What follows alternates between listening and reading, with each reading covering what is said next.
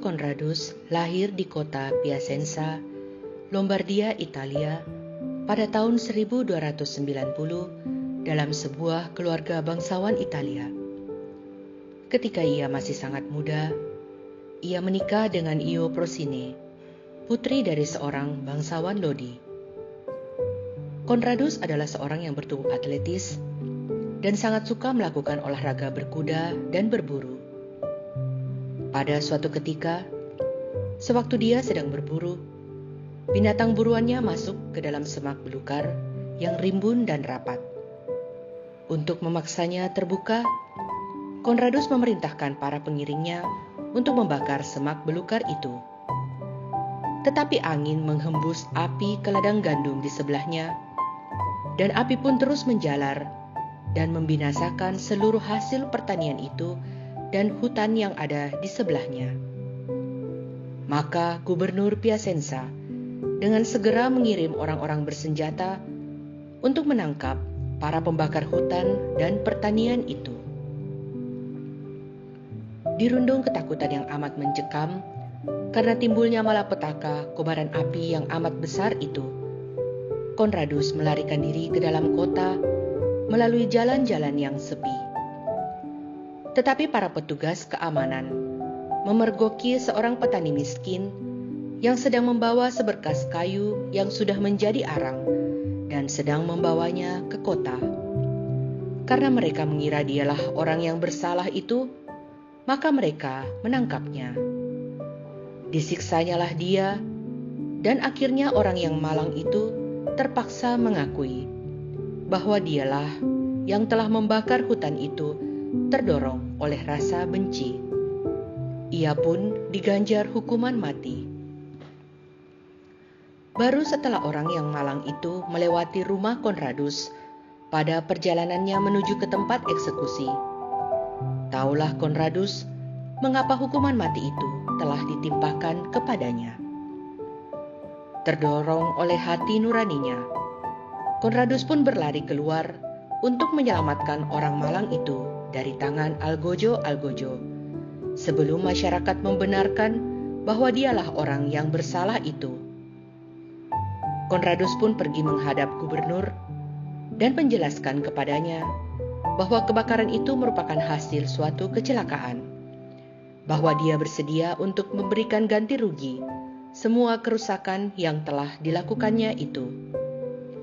Istrinya mendukung kehendak baiknya itu dan merelakan mas kawinnya dipergunakan untuk menebus semua kerugian itu.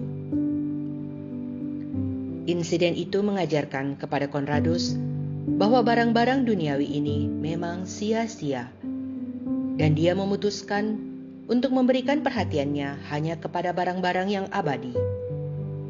Dia menyampaikan perasaannya itu kepada istrinya, dan didapatinya bahwa istrinya pun terpikat pada pendapat yang serupa.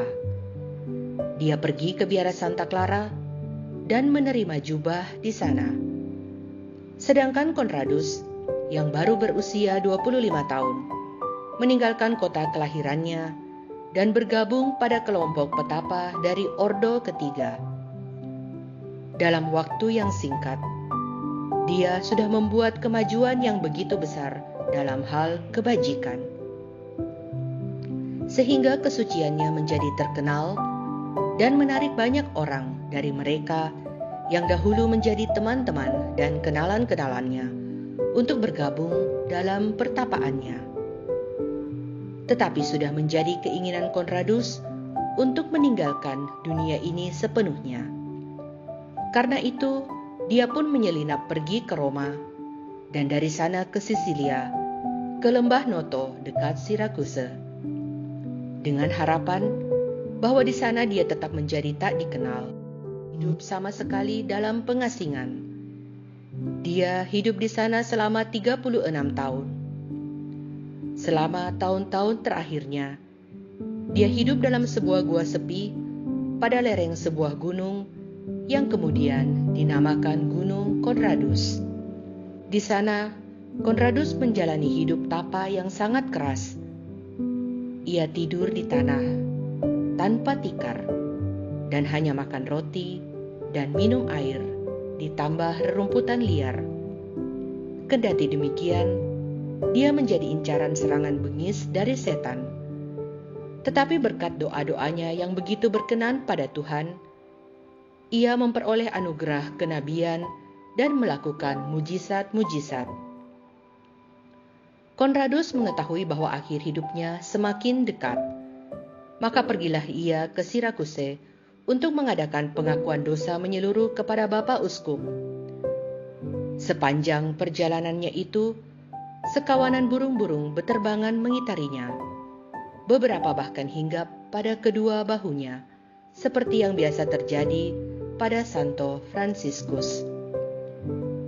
Dan dalam perjalanannya kembali ke pertapaannya, burung-burung itu pun menyertainya lagi, dan hal itu membuat takjub semua orang yang melihatnya.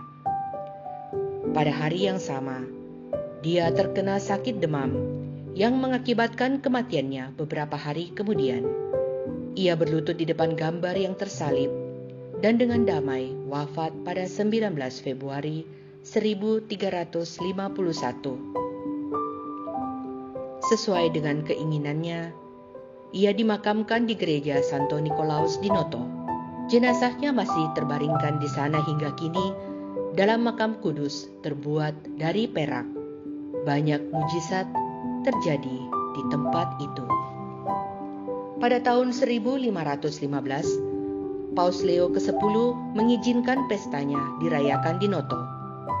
Paus Urbanus ke-8 memberikan kanonisasi kepadanya pada tahun 1625.